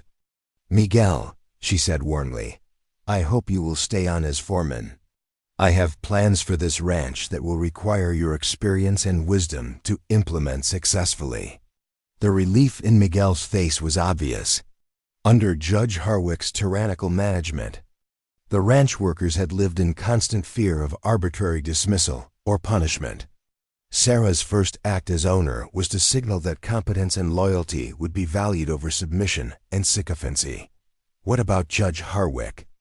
asked Tom Bradley, the cowboy who had taught Sarah to read cattle brands and assess water rights. "Is he really leaving?" "My father has 1 week to remove his personal possessions," Sarah replied clearly, her voice carrying across the courtyard so that everyone present could hear. "After that, he will have no authority or presence on this property. Those of you who choose to remain will be working for me, and I intend to operate this ranch according to principles of fairness and mutual respect." A murmur of approval rippled through the assembled workers. Many of them had suffered under Judge Harwick's harsh management style, enduring arbitrary wage cuts, impossible demands, and the constant threat of being dismissed without cause. The prospect of working for someone who had actually performed ranch labor herself, who understood the difficulties and dangers of their daily tasks, was almost too good to believe. "What changes should we expect?" asked James Morrison, a young cowboy who had been hired during Sarah's absence.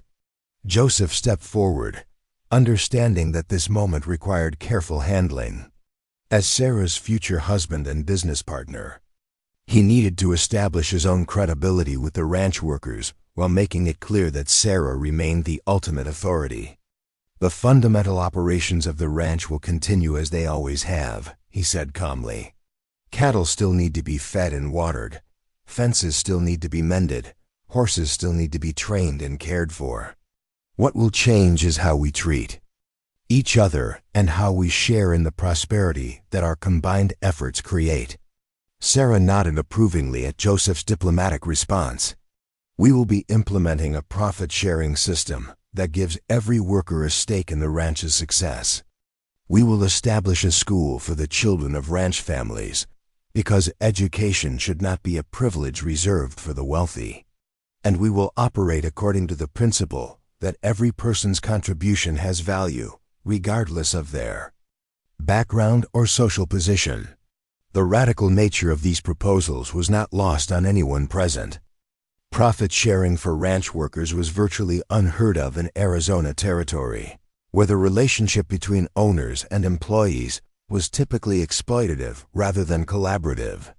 The idea of establishing a school that would educate Mexican and Anglo children together challenged fundamental assumptions about social hierarchy and racial separation. What about the business relationships with other ranchers? Asked Miguel, his practical mind immediately grasping some of the challenges Sarah would face. Many of them will not want to deal with a woman owner, especially one who marries outside. Her race, it was a blunt but necessary question. The cattle business in Arizona Territory was dominated by men who subscribed to rigid beliefs about gender roles and racial purity. Sarah's determination to operate as an equal partner with Joseph would challenge both sets of prejudices simultaneously. Then they will miss out on the opportunity to do business with the most profitable ranch in the territory, Sarah replied with calm confidence. We will find new markets, develop new relationships, and prove through our success that their prejudices are not only morally wrong but also economically foolish. Joseph added his own perspective from years of experience navigating between cultures. There are traders and business partners who value results over appearances. The Navajo, for example, have always judged people by their character and competence, rather than their bloodline or gender. As the territory develops and becomes more connected to national markets, those who cling to outdated prejudices will find themselves increasingly isolated.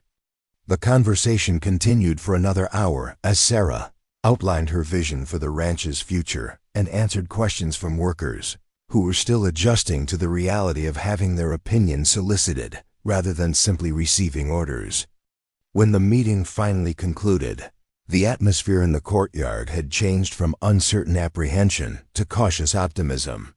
As the workers dispersed to their various duties, Sarah and Joseph walked toward the big house, which would now serve as their home and the headquarters for their revolutionary approach to ranch management. The building itself remained as imposing as ever, its adobe walls and red tile roof speaking of wealth and permanence. But Sarah knew that everything it represented was about to be transformed. They found Rebecca Harwick waiting in the parlor, her face pale and drawn with the strain of the past week's revelations. Sarah's mother had aged visibly since the confrontation in Whispering Canyon, the carefully maintained facade of frontier respectability crumbling under the weight of her husband's exposed crimes and her daughter's dramatic transformation. "Sarah," Rebecca said uncertainly, rising from her chair with the hesitant movements of someone who no longer understood her place in the world. "I didn't know if you would want to see me." Sarah studied her mother with eyes that had been open to the complex dynamics of power and oppression within families. Rebecca Harwick had been both victim and accomplice in the system that had nearly destroyed her daughter, trapped by her own circumstances but complicit in perpetuating injustice. "Of course I want to see you, Mother," Sarah said gently, crossing the room to embrace the older woman. "You are welcome to remain here as long as you wish. This is your home too." Rebecca's relief was palpable, but it was mixed with confusion about how to relate to a daughter who had so completely transcended the limitations that had defined her own life. "What will happen to your father?" Rebecca asked quietly. "That depends on his choices," Sarah replied honestly. "He can accept the reality of the situation and find a way to live quietly on the modest means he has left, or he can continue to fight a battle he has already lost and face the legal consequences of 20 years of fraud."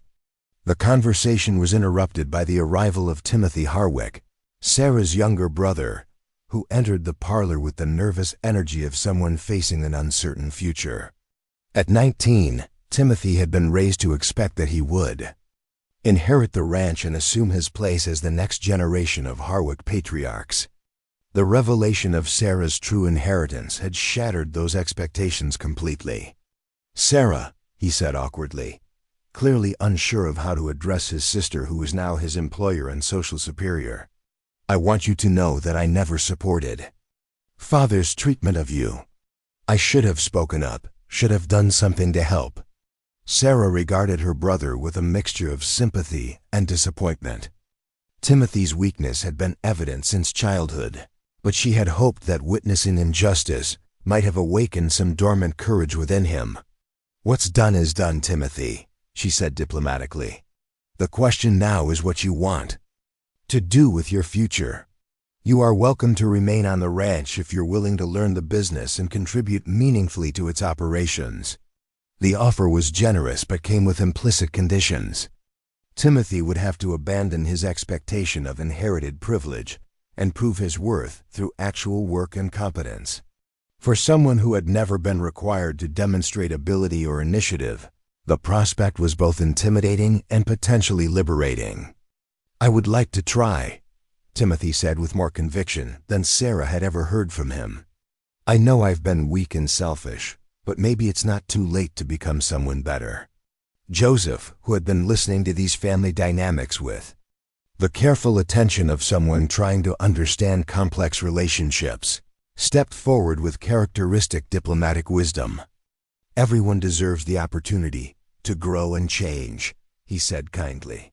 "The ranch will provide plenty of chances to prove yourself, and we will judge you by your actions rather than your past failures."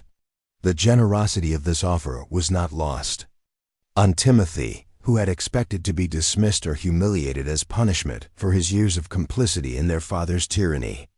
Instead, he was being given a chance to redeem himself through honest work and genuine contribution. As the afternoon progressed, Sarah began the complex process of assuming control of the ranch's operations. The financial records revealed the full scope of Judge Harwick's mismanagement and corruption, confirming what Sarah had suspected for years about inefficient practices and missed opportunities. The cattle operation, while large, had been run according to outdated methods that prioritized short-term profits over long-term sustainability. Overgrazing had damaged the rangeland, while poor breeding practices had resulted in herds that were larger in number but inferior in quality to what competitors were producing. The mining operations on ranch property had been leased to outside companies under terms that were extremely favorable to the lessees and correspondingly disadvantageous to the ranch. Sarah's mathematical analysis revealed that renegotiating these contracts could potentially double the ranch's annual income from mineral rights. Most troubling of all, the books revealed evidence of systematic wage theft from ranch workers, with money that should have gone to employee compensation instead being diverted to Judge Harwick's political activities and personal luxuries. "This is worse than I expected," Sarah told Joseph as they reviewed the ledgers in what had been her father's study. "He hasn't just been stealing from me, he's been stealing from everyone who worked for him." Joseph nodded grimly as he examined the financial documents with the trained eye of someone who understood both legal and business principles. "The good news is that correcting these problems will improve both the ranch's profitability and its relationships with workers and business partners. The bad news is that implementing these changes will require significant capital investment and careful management." "Do we have the resources to make the necessary improvements?" Sarah asked. Joseph smiled with quiet confidence. "According to these records, your grandfather was even wealthier than the will indicated. There are assets and investments that your father apparently never discovered, including substantial holdings in railroad stock and mining operations throughout the territory. You are not just wealthy, Sarah, you are one of the richest individuals in the entire Southwest." The magnitude of her inheritance was still difficult for Sarah to comprehend fully. She had grown up thinking of her family as prosperous ranchers, never imagining that her grandfather had accumulated wealth on a scale that rivaled the great fortunes of the East Coast. "What do we do with all of this?" she asked, gesturing toward the financial documents that represented more money than she could easily imagine. "We use it to build something worthy of the struggle that brought us here," Joseph replied. "A ranch that proves business can be conducted ethically and profitably. A community that demonstrates how people of different backgrounds can work together successfully. A legacy that your grandfather would be proud of and that will benefit generations yet to come." The weeks that followed were filled with activity as Sarah and Joseph implemented their vision for the ranch's transformation. The profit-sharing system was established with careful legal documentation that ensured workers would receive fair compensation for their contributions to the ranches. Success. Construction began on a schoolhouse that would serve both Anglo and Mexican families, with teachers recruited from as far away as California to provide education that emphasized practical skills alongside traditional academic subjects.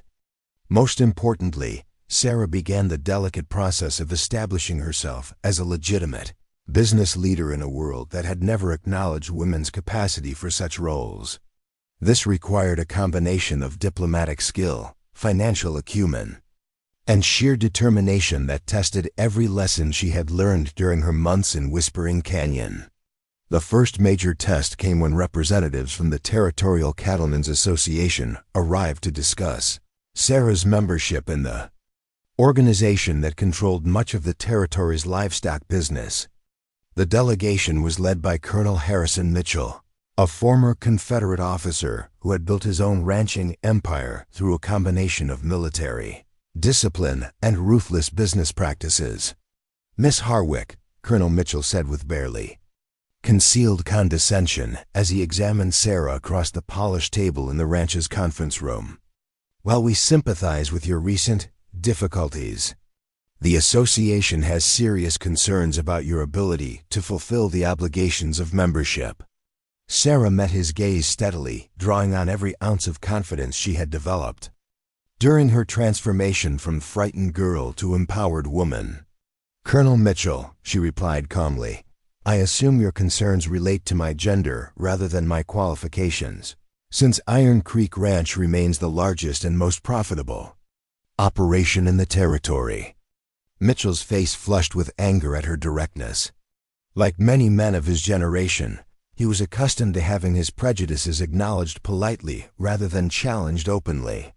"The association's membership has traditionally been limited to men of proven ability and social standing," he said stiffly.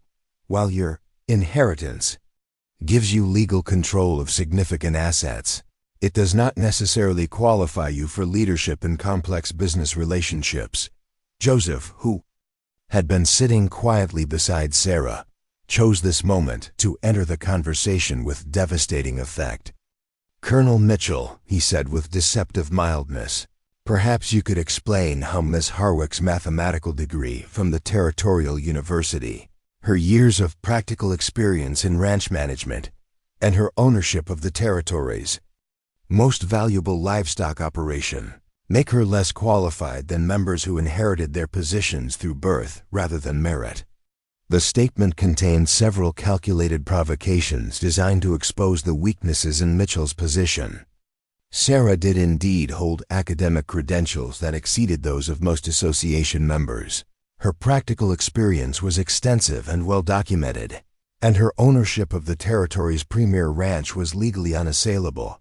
More importantly, Joseph's reference to inherited versus earned position struck directly at the hypocrisy of men who criticized Sarah for inheriting wealth while claiming their own inherited positions as evidence of natural superiority.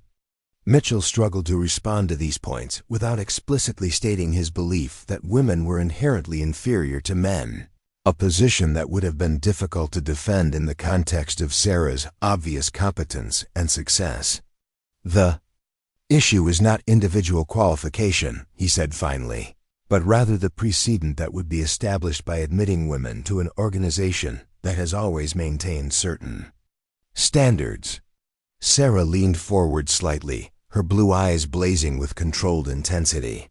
"Colonel Mitchell, those standards have produced an industry plagued by overgrazing, market instability, and labor disputes that cost everyone money. Perhaps it is time to consider whether your traditional approaches might benefit from new perspectives and innovative thinking." The challenge was unmistakable and could not be ignored without loss of face. Mitchell found himself in the uncomfortable position of having to defend the status quo against someone who clearly understood its weaknesses better than he did. "What exactly are you proposing?" he asked warily. "I am proposing that the association judge its members by their results rather than their gender or family connections," Sarah replied. Iron Creek Ranch has implemented sustainable grazing practices that maintain rangeland productivity while increasing cattle quality. We have established profit-sharing agreements that have eliminated labor disputes and increased worker productivity. We have diversified our operations to reduce market vulnerability and increase overall profitability. She paused to let these achievements sink in before delivering her final point.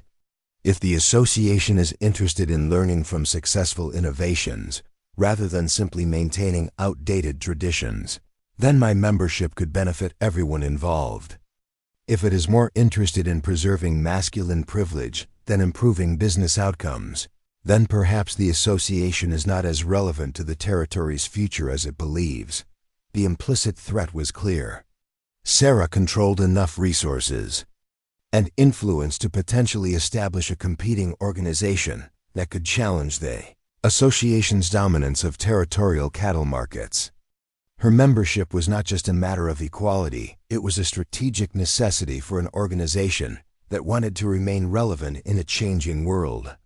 After extensive private consultation among the delegation members, Colonel Mitchell reluctantly agreed to recommend Sarah's membership to the full association, though he made it clear that this recommendation came with significant reservations about the precedent being established.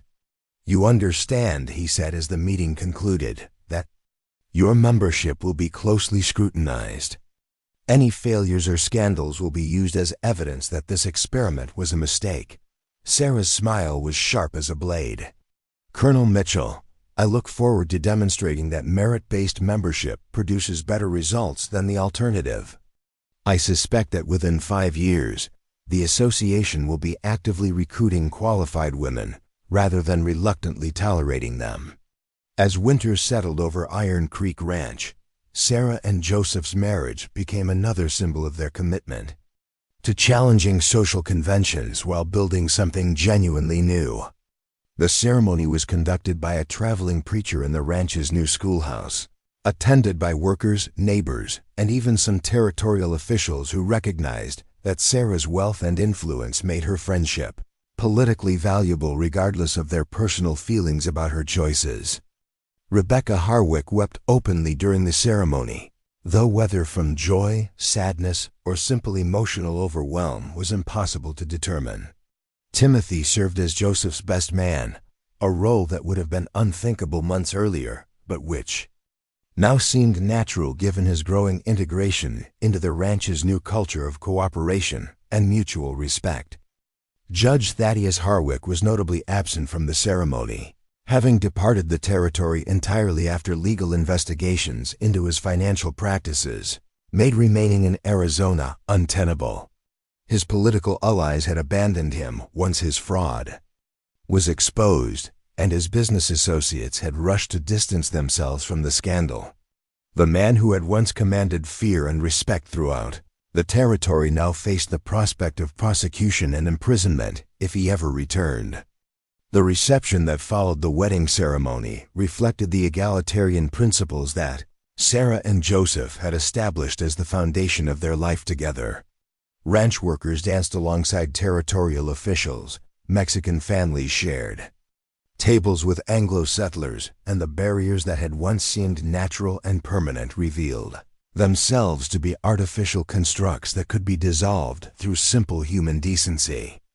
As Sarah and Joseph stood together watching their guests celebrate, she reflected on the incredible journey that had brought her to this moment.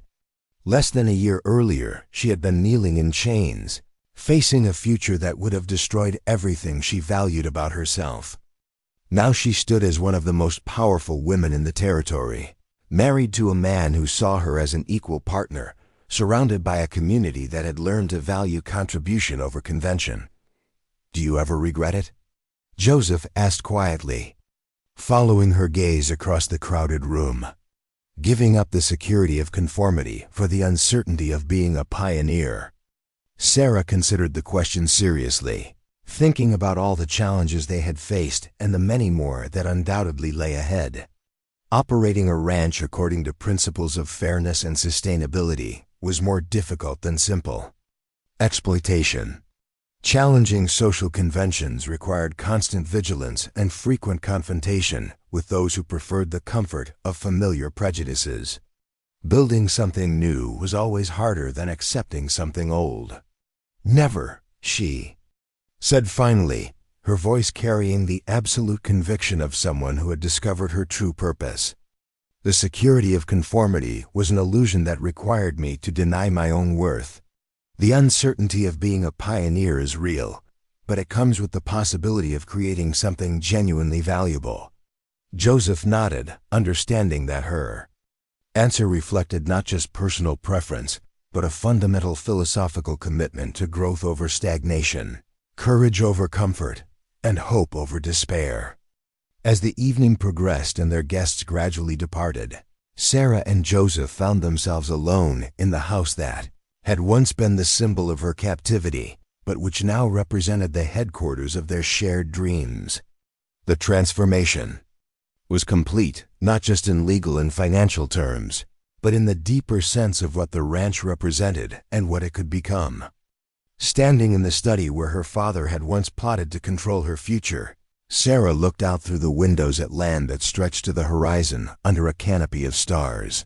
More brilliant than any city dweller would ever see, this was her inheritance in the truest sense, not just the wealth and property that had been stolen from her, but the opportunity to use that wealth in service of justice and human dignity. The months and years that followed would bring new challenges as Sarah and Joseph worked to establish their ranch as a model for ethical business practices and social progress. They would face opposition from competitors who resented their success, criticism from traditionalists who disapproved of their methods, and the constant pressure of proving that their innovations could succeed over the long term. But they would also experience the satisfaction of watching their community thrive under principles of mutual respect and shared prosperity. The school they established would educate children who would grow up believing that cooperation was more natural than competition, that diversity was a source of strength rather than division, and that every person's contribution had value regardless of their background or circumstances. The ranch itself would become legendary throughout the Southwest as proof that business could be conducted profitably while treating workers fairly, that environmental sustainability was compatible with economic success, and that women could be effective leaders when given the opportunity to demonstrate their capabilities. Most importantly, Sarah and Joseph's marriage would serve as an example of what was possible when two people chose to build their relationship on equality and mutual respect rather than domination and submission. Their partnership would inspire other women to demand better treatment from their husbands and other men to recognize that strong women made better partners than submissive ones. As Sarah prepared for bed on her wedding night, she caught sight of herself in the mirror that had once reflected the image of a frightened girl preparing to face another day of psychological imprisonment. The woman who looked back at her now bore little resemblance to that earlier self. Her face showed the confidence that came from knowing her own worth.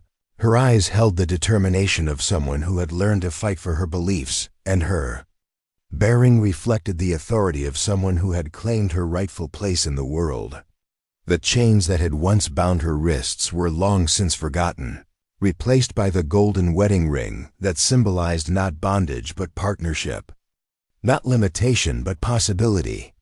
She had inherited far more than money and land. She had inherited the opportunity to prove that women could be trusted with power, that justice was more profitable than exploitation, and that love was stronger than fear. The cruel father who had tried to crush her spirit through punishment and abandonment had succeeded only in freeing her to discover her true strength. The Navajo hermit who had offered her sanctuary had helped her understand that freedom was not the absence of constraints, but the presence of choices. And the inheritance that had been hidden from her for so long had finally been claimed by someone worthy of its potential. As she settled into sleep beside the man who had seen her worth when she could barely see it herself, Sarah Elizabeth Silverwater knew that her greatest adventures still lay ahead. Tomorrow would bring new opportunities to prove that the impossible was merely the untried, that justice was more than an abstract ideal, and that one person's courage to refuse an unacceptable fate could change the world for everyone who followed.